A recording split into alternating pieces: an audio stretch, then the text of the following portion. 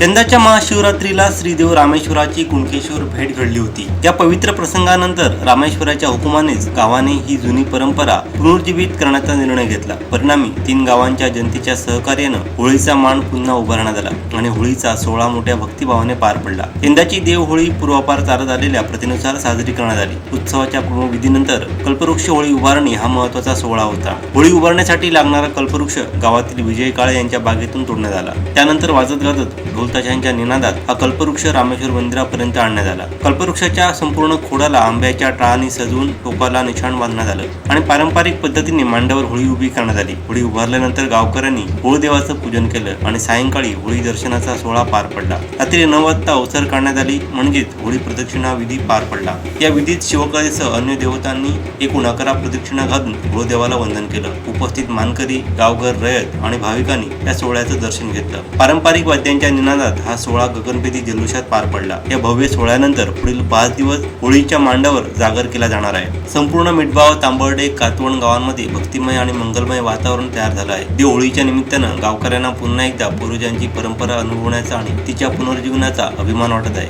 या अविस्मरणीय क्षणाचा साक्षीदार होण्याचा मान गावच्या गावघर रयतेला मिळाला। पारंपरिक पद्धतीने साजरा झालेला हा शाही थाटाचा सोहळा भविष्यातही अशीच परंपरा कायम ठेवेल अशी श्रद्धा आणि विश्वास गावकऱ्यांमध्ये निर्माण झाला आहे।